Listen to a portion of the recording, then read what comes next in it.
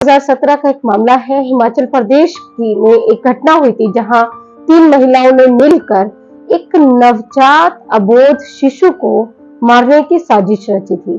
दुर्भाग्य से उनकी ये साजिश कामयाब हो गई थी, लेकिन अच्छी बात यह है कि उस बच्ची को न्याय मिल गया है। अब जाकर 6 साल के बाद आखिर उस बच्ची को न्याय मिल पाया है। और जब आप ये जानेंगे कि साजिश करने वाली 3 महिलाएं कौन थी, तो आप हैरान रह जाएंगे। आप सोचेंगे कि जिस पर बच्चा सबसे ज्यादा विश्वास करता है, जो उसके बिल्कुल अपने होते हैं, वो कैसे उसको इतनी निर्दयता से मार सकते हैं, कैसे उसकी हत्या की साजिश रच सकते हैं। नमस्कार, मैं मोनिका आर्य। नवजात शिशुओं को बचाने की मुहिम पालोना में आपका स्वागत है। एक बहुत महत्वपूर्ण मामले में फैसला आया है जिसके बारे में हर किसी को जानना चाहिए। आज हम आपको इसी फैसले के बारे में और जो घटना हुई थी जिस पर यह फैसला आया है, इसके बारे में डिटेल में जानकारी देंगे। घटना करीब 6 साल पुरानी है। 2017 में हिमाचल प्रदेश के कुल्लू जिले में 3 महिलाओं ने मिलकर एक अबोध बच्ची को मारने की साजिश रची थी। दुर्भाग्य से वो अपनी साजिश को अंजाम देने में सफल हो गए। राहत इस बात की है कि 6 साल के बाद ही सही उस बच्ची को अब जाकर न्याय मिल पाया है। ये फैसला फरवरी 2023 में आया है। 2017 की ये घटना है। 2017 में 2017 के 25 मार्च यानी जब शनिवार था, उस दिन एक बच्ची का जन्म हुआ था। आनी थाने के अंतर्गत पड़ने वाले गांव क्रम्बल के हॉस्पिटल में एक 19 साल की लड़की अपनी मां और सास के साथ पेट दर्द की शिकायत लेकर दाखिल हुई थी। कुछ ही देर में वहां उसने एक बच्ची को जन्म दिया था। बच्ची सकुशल थी, स्वस्थ थी, उसको किसी भी तरह की कोई समस्या नहीं थी। लेकिन शाम को 5 साढ़े 5 बजे के आसपास जब नर्स उस बच्ची को देखने और उसको इंजेक्शन देने के लिए पहुंची, तो देखा कि बच्ची की मौत हो चुकी है। नर्स का माथा ठनका, क्योंकि बच्चे के मुंह के आसपास खून लगा हुआ था और उसके गले पर कुछ दाग भी थे, जैसे कि किसी ने उसका गला घोटा हो। नर्स घबराई हुई डॉक्टर के पास पहुंची और डॉक्टर को बुलाकर लेकर आई। डॉक्टर को भी घटना पे संदेह हुआ और तो उन्होंने तुरंत पुलिस को इस घटना की सूचना दे दी। पुलिस घटनास्थल पर पहुंची, बच्ची के शव को पोस्टमार्टम के लिए भेजा गया और पोस्टमार्टम रिपोर्ट में इस बात की पुष्टि कर दी कि बच्ची को जान से मारा गया है। इसके तुरंत बाद बच्ची की दादी और नानी को हिरासत में ले लिया गया। उनसे कड़ी पूछताछ की गई तो उन्होंने अपना जुर्म कबूल कर लिया। इस दौरान उसकी मां, बच्ची की जो मां थी, वो हॉस्पिटल में ही एडमिट। बच्ची की मां का नाम लीमा था, वहीं उसकी नानी और दादी दोनों का ही नाम फकरा था। दादी फकरा पत्नी नजमुद्दीन गांव क्रम्बल थाना आनी की रहने वाली थी। वहीं बच्ची की जो नानी थी वो फकरा पत्नी बशीर अहमद गांव नाज थाना करसोग की रहने वाली थी। घटना को किस तरह से अंजाम दिया गया, जब ये आप जानेंगे तो हैरत में पड़ जाएंगे। बच्ची अपनी मां की गोद में लेटी हुई थी। तीनों ने ये तय किया कि उस बच्ची की हत्या कर दी जाए। वजह भी बड़ी हैरत अंगेज थी, लेकिन उस बच्ची को मारना वो कोई विकल्प नहीं था, वो कुछ और रास्ता भी अख्तियार कर सकते थे। इस जो बच्ची को के मारने के पीछे जो वजह थी, इस पर हम बाद में चर्चा करेंगे। पहले हम ये बताते हैं कि घटना को अंजाम किस तरह से दिया गया। बच्ची अपनी मां लीमा की गोद में थी। बच्ची की दादी वहां दरवाजे पर खड़ी हो गई ये देखने के लिए कि कोई कमरे में एंटर ना कर सके। वहीं बच्ची की जो नानी थी, उसने चुन्नी से बच्चे का, चुन्नी यानी कि दुपट्टा जिसे हम कहते हैं, उससे बच्ची के मुंह पर रखकर उसका गला घोट दिया। इसके बाद जो बच्ची की नानी थी वो दरवाजे पर आकर खड़ी हो गई और बच्ची की जो दादी थी वो उस बच्ची के पास पहुंची और ये देखने लगी कि कहीं उसमें जिंदगी बाकी तो नहीं है, कहीं उसकी सांसें चल तो नहीं रही है। इस सब को अंजाम देने के बाद 2 ढाई घंटे 3 घंटे के बाद जब नर्स आई तो ये पूरा माजरा खुला और फिर वो बच्ची की शव को पोस्टमार्टम के लिए भेजा गया और पोस्टमार्टम रिपोर्ट ने इस हत्या की पुष्टि कर दी। 4-5 दिन पोस्टमार्टम रिपोर्ट आने के दिन ही बच्ची की जो नानी और दादी थी, दोनों को गिरफ्तार कर लिया गया।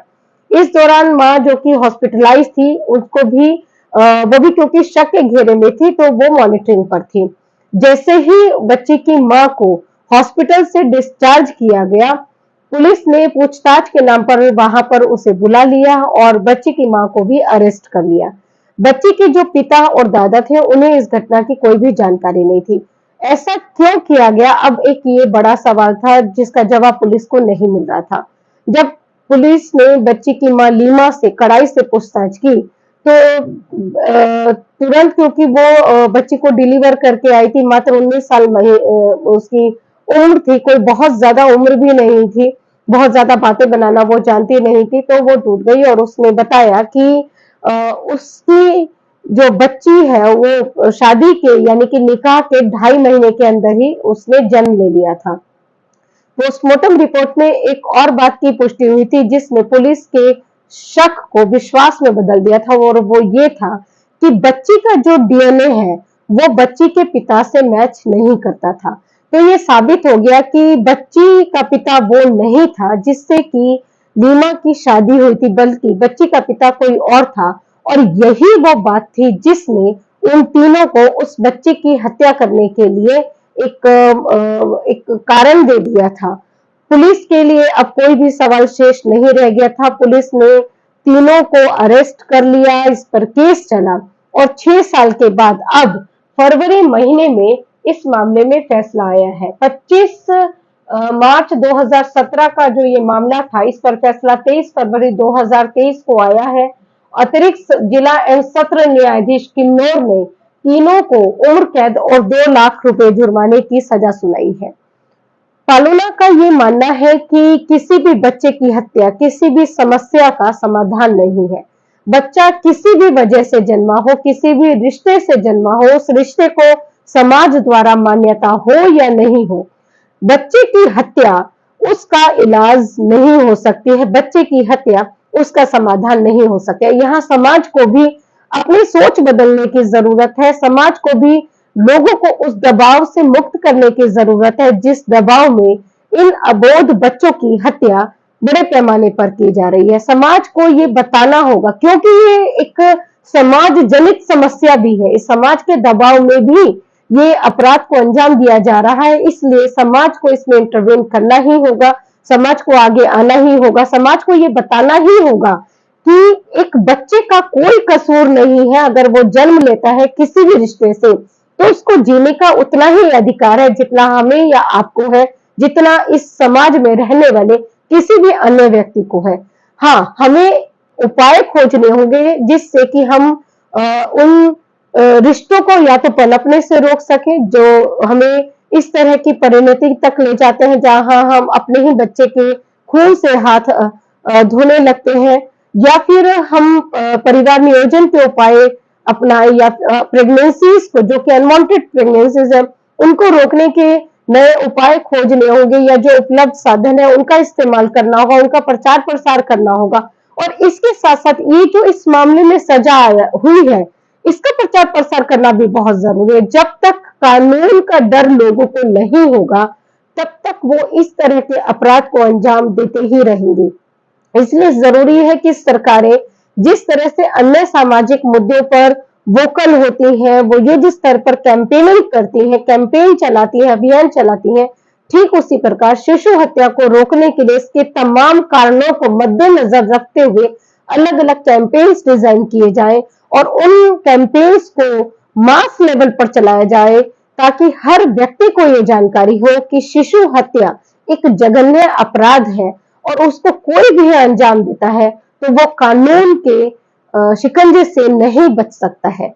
अगर आप ये वीडियो देख रहे हैं और आपने पालोना के चैनल को सब्सक्राइब नहीं किया है अभी तक, तो मेरी ये गुजारिश रहेगी आपसे कि आप प्लीज इसके चैनल को सब्सक्राइब जरूर करें ताकि इस तरह का कंटेंट हम आपके लिए लेकर आते रहे। हमारी कोशिश है कि हम बच्चों के लिए एक सुरक्षित माहौल बनाने में अपना सर्वश्रेष्ठ दें और इसमें हमें आपके साथ और आपकी मदद, आपके सहयोग की भी जरूरत है। आपसे हमें इंफॉर्मेशन के रूप में सहयोग चाहिए। अगर आपके आसपास इस तरह की कोई घटना हो रही है या आपके जानकारी में इस तरह की कोई घटना होती है तो आप प्लीज पालोना को 9798454321 पर शेयर करना ना भूलें।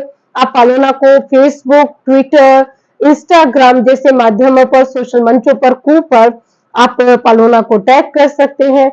इसके अलावा व्हाट्सएप आप कर सकते हैं, नंबर मैंने आपको बता ही दिया है। दूसरा जो उपाय है जिसके जरिए आप पालोना की इस मुहिम में सहभागी बन सकते हैं वो ये है कि आप इसके कंटेंट को अपने सर्किल में शेयर करें।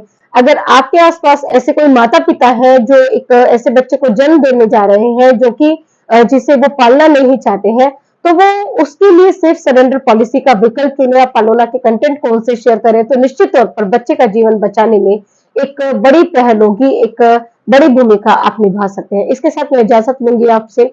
नमस्कार।